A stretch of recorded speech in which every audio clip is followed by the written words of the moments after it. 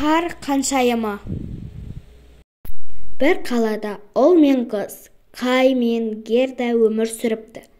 Олар өте тату-тәтті және ешқашан бір-бірінен ажырамапты. Алайда бір күні ол қыс мезгілі болатын. Қардың қалың жауғаны сонша ауада ақ шыбындар ұшып жүргендей көрінген болатын. Кай мен Герда алаңқайда ойнап отырған. Осы кезде әлде қайдан көркем ақ шаналар пайда болады. Кай шанамен сырғанап көргісі келеді де, қол шанасын оған тіркеп қояды. Шаналар тұрған орнынан қозғалып бір айналым жасады да, қаладан шығатын қақпаға қарай жол тартты. Баланың арқанды үзгісі келгеніне қарамастан, олар желімделіп қалғандай ажырамады. Түкті аң-тоңды отырған салт аты Кайға бет бұрды. Сонда бала ақ жүзді сұлу әйелді көрді. Кай сол күні де, одан кейін де үйге қайтып оралмады.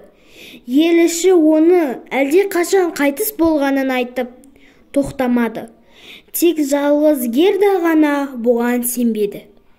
Кішкене ғана жол дорбасын жинап, қыз ағасын іздеуге жолға шықты. Жолда кездескендердің барлығынан Кай туралы сұрай отырып, патша сарайына келіп, қаншайымның жүрегін жаулағанын айтты.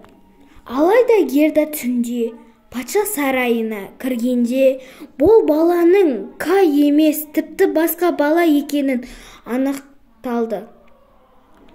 Қыз ханзаданың жүзіне қарап тұрған кезде балауыздың бір тамшысы ханзада бетіне тамып, оның оятып жіберді. Ханзада мен ханшайым Герданың сұрақтың астына алды.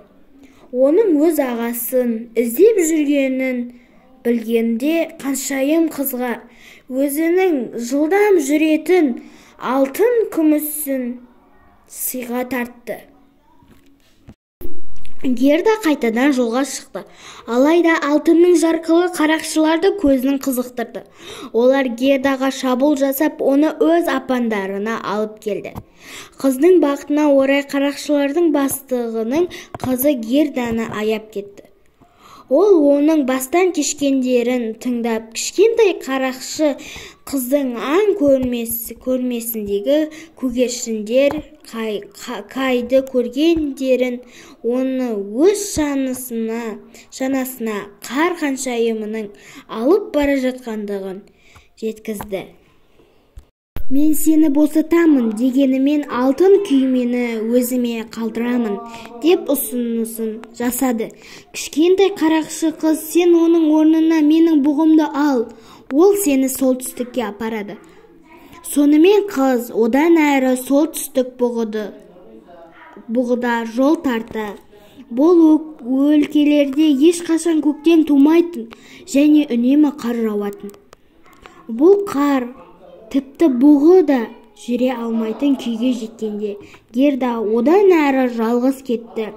Міне, көз алдында мұз сарайы да көрінді. Залдардың бірінен Герда Кайды тауып алды. Ол кішкентай мұздармен ойнап отырды. Ал өкіл қарындасын танымайды. Қар ханшайымы оның жүрегін мұз кесіндісіне айналдырып жіберген болатын. Мен сені танымаймын, көзіңді құрт деп айқайға басады Кай. Кай, шынымен де сенің есіңде ештеңе жоқ па? Деп Герда көз жасын көл төгеді. Оның бір тамшы көз жасы Кайдың көкірегіне тамып, оның жүрегіндегі мұзды ертіп, ол селк етіп, таң қала жан-жағына көз тасады.